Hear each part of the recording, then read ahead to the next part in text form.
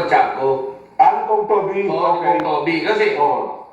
kapag pumirma sila rito, ibig sabihin, na-deliveran. Walang katotohanan yun.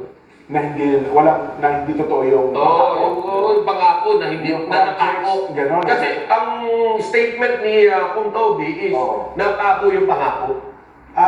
Na hindi na i-deliver. Oo. Diba? So ngayon, pag hindi na i-deliver yung una, pipirma ka pa ba sa pangalawa? Wala na. Diba?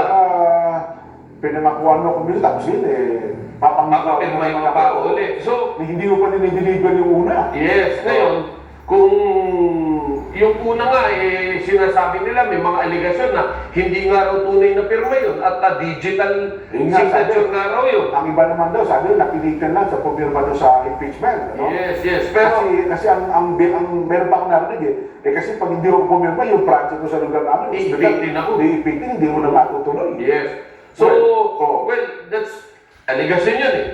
Salita yun ni Kung Toby Chaco na sinasabi niya na talagang binuntahan siya ng tako ni Speaker. Dalawa. Gano'n. Okay. But now, since ganito naman yung sinasabi na ni Kong JJ na 200 plus pa rin, 240 pumirma, ay ito yung pagpapatunay na hindi pala, yung, alam mo yung kaibigang putik. Oo, hindi kaibigang putik yung mga kasama nila, talagang all-out support pala sa kanila. Ngayon, ang tanong naman natin, kalaban ba ni Nagdong putik yun? ngayon ang tanong dito, etong 240, ito na ibang lagda na naman ito. Bakit sa botohan ng speakership hindi pwedeng dyan, e-signature. Talagang bilangan niya. Talagang bilangan. Di ba? Kasi daw, ang binabanggit pa rin po ni Kong JJ, Kuya Berit, mga kabayan, noong isang araw daw, abay nag-usap-usap pala sila sa Shangri-La Makati.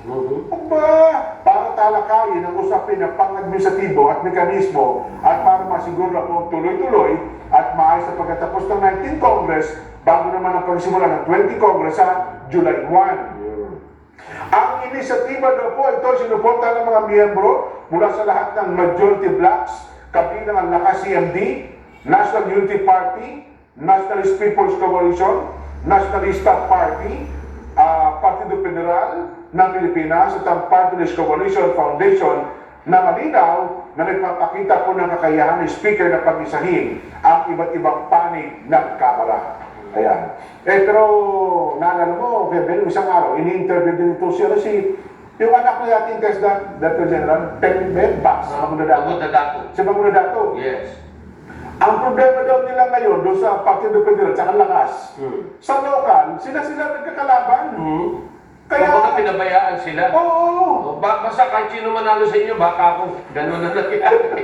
Kaya sabi niya, kaya kung kami hindi nakapag-concentrate sa national, kasi sa halip na mag-usap, parehas naman tayo ng partido, may coalition tayo may pumagitna sana at nang sa ganun, maayos yung labanan.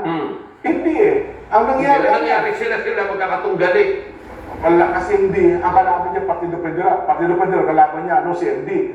Hindi naman daw pinatras yung magkakalaban samantala may malakas na grupo naman sa lugar na yun. So sa halip na madala, pati yung nasyonal, wala. ang problema, sa lokal pala, hirap na sila. Sabi nga nung paano pa po namin kakampanya yung nasyonal samantalang kami ko namang problema din namin sa kampanyahan namin. Sa lokal pa lang. Yun, sa lokal pa lang. At yun daw kung sama ng loob lang yan, ay wag po lamang, mukhang baon-baon nila. Sapagkat may mga nanalo congressman dyan sa mga yan. Ay wag po lang, ito naman ang natiyak, sabi ni Kong JJ, magkakaalaman sa botohan. Kasi ngayon, parang lumulutang ang pangalan ni Kong Toby na pwede daw. At actually wala pa eleksyon, di ba? Lumulutang na yung pangalan ni Toby na. Dahil nga sa expose na yan. Ayan. Diba? Or meron tayong nakikita rito na talaga nga namang hindi naman gagalaw na ganyan ng Kong Toby kung walang Oo. di ba? Kung sarili. Pero meron pang isang malakas na, baka ito dark horse din ito, Kuya Benny, sa speakership. Hindi natin pwedeng baliwalayin ito. Kababata pa ito ng Pangulong Bongbong at close friend din niya. Alam mo kung sino? Si Kong Alvin Benitez ng Bacolod. Yan handa mo. Ayan, kung ang pag-uusapan kahit walang pera ng Kongreso, walang pera yan. Di ba? At saka may ano din yan, may clout din yan sa mga mababatas natin. Di ba? Kung mapag-uusapan naman ng direkta, pakikipag-usap sa Pangulo, may direct line niya sa Pangulo. May direct line yan. Oo. At alam din natin pinanggalingan ng pera niya. Ayan, kaya ibig sabihin, kung nag-aaway halimbawa, sige, bakit mo saan kayo dyan? Speaker Martin at saka Toby. Yung isa naman, pupumas-pungas. Biglang, oops, ako na lang. Di ba? Yan ang sinasabi namin dyan. Hindi niyo pwede ibaliwala ko yan. Di ba? Ano naman ang nangyayari sa politika natin? Di ba? Bigla-bigla, mayroong susulpot. Pero minsan pa malalakas ng mga nanalo ngayon. GMA, di ba? Nanalo pa rin ng GMA. Although nakasiyam din sila GMA, di ba? Pero kahit wala kasi yun, makita natin na talagang inaharang. Ayaw nga siya paupuin. Ayun na nga. Right from the very beginning ng Marcos administration, di na pinaforma si At saka sa 240 na yan, ilan sa mga ito, walang kalaban. Kasi marami din po yung mga congressman na walang kalaban, ha? Di ba? Yung iba, pinadisqualify para hindi... Ayun na nga. Kasi meron na iba dyan ata kahit bulati na kalaban, talo sila. Yun ang masakit na katotohanan. Kaya kahit sino makalaban, tanggalin yan.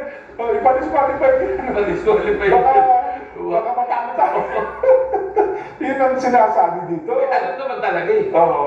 Dahil kita-kita mo yung ganti ng tao, talagang di nila binigyan ng pag-asa makaganti yung Yun tao. na nga. Yun na nga. Mabigat itong labanan ito, ha? Una, malaki ang papel ng Speaker of the House.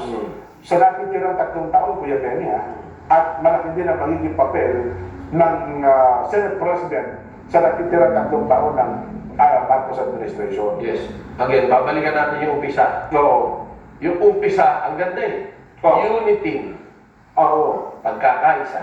Oo. Ang nangyari na tayo. Sama-sama yung tao. Oo. Eto ngayon. Oo. Along the way, Oo. nagkawatak-watak yung unity. Eto ngayon, gumanti ang taong bayan sa botohan. Niloko nyo kami, ha? Oo. Ganyan, ha? Kala nyo ha, hindi nyo kami mararamdaman. Kaya nagparamdam. Ayun. Nung nagparamdam, eto ngayon, nagpaparamdam na naman ng unity. Oo. Nanawagan ang ating Pangulo. Ayaw nga, oo. Pero isa-isa. Lahat na tayo sabi niya. Oo, at nagsalita rin na handa rin siya makipagkasundo na. Kung kinakailangan makipagkasundo doon sa pamilya Duterte, gagawin niya. Makipagkasundo. Ano ibig sabihin? Punta rin siya doon sa dahig? Oo nga, baka sunduin na niya ang Pangulong Duterte na yan. Oo, doon na ba yung susunduin? Pabalik. Ayun, pag ginawa ng Pangulo, ano yan, kasi di ba parang tayo, kidnapping. Baka isa na ba yung kidnap or natin? Inuwi sa Pilipinas. Kidnapping siya sa dahil. Aligasyon yun ha? Aligasyon pa lang yun. Hindi, totoo yan ha. Oo. Kasi kung ako, pwede talagang tumindig ang Pangulo manindigan, di pa ako natin, Masin pa. Oo, once and for all, gawa natin ang paraan. Ayun na. At yun magpapatunay na, ano mo, yung nagkamali ka man, pinalabas mo na labag sa kalooban mo, na ang taong bayan ang nagdurugo ang puso. Hindi naman yung sa kanilang usapin eh. Hindi sa usapin Duterte at ng Marcos to. Ito'y usapin na yung ano ba yung clamor, ano yung gusto ng taong bayan. Diba? Ngayon, nakita nyo naman, gusto ng taong bayan, nandiyan si Duterte. Abay, gawa nyo na ng paraan. Yun yung tunay na unity. So ngayon, yung panawagan na yan, umpisa ng 3 taon bago mag-national elections na naman. At dito, masakit pati Pangulo. Yun yung pagbubotohan. Abay, siguro mahaba pa yung oras yung 3 taon para ayusin ito Ang tanong niya ay gano'ng kaseryoso ang Pangulong Bongbong sa kanyang panawagan. Kasi parang, hindi kasi seryoso si Claire Castro. Seryoso kanina. sasabihin ka. Hindi, yung blood. Seryoso. Kala ko blood bank ang pinag-uusapan. Hindi kasi, in fairness huwag naman magdamdam si Yusek Claire. Kapag kasunagot ka si Yusek Claire, gusto lagi paaway Oo, dapat yung paano. Ang Pangulo, ganyan ang Pangulong Bongbong, gusto yung pakikipagkaisa na pagkakasundo na Di ba? Dapat sa kanya yung yung palambing. Yun sana. Pero palambing. Kumbaga, kasi ikaw spokesperson, sana mas Oo. malambing ka Mas sa malambing ka. sa yung principal. Oo. Pero hindi naman siguro dapat na turuan pa natin si Yusek Ler. Dahil magaling yan eh. Ay, oo. Alam mo, hinahangaan namin yan sa public service. Magaling yan. Yes, oo. Nung nandun pa yan sa DCXL, Oo, napakagaling. Pilipinas. Oo, pero ang atin, Oo. baka naman pwede panoorin niya, kahit si Bunyi lang. Oo. Kung paano si Bunyi makipag-usap nung araw, yung sekretary Bunyi ng dating press secretary ng Gloria Macapagal Arroyo Yes. Administration. Yun, siguro kapag ganun siya sumagot, tapos, alam mo naman si Yusek Ler, may kagandahan naman. Alam mo naman. Di ba? At saka yung mga kanyang mga blusa eh. Oo. Hindi eh. Wow, di Diba, ba? ako sa tingin ko, ang Pangulo, ang Pangulong Bongbong, hindi naman paaway, dati. Laging, tawag na natin, diplomatic. Oo. Kaya po, well, hindi ko kasi alam kung paano ang talagang usapan nila kay Yusek Ler. Eh. Kasi di ba ang unang dating kasi ni Yusek Ler dyan sa, hindi, 3 taon nyo kami binatikos na binatikos eh. 3 taon nyo kami binato ng binato eh. Oras naman, para kami naman yung gumanti. Parang ganun kasi ang lakad eh. Walang, Diba?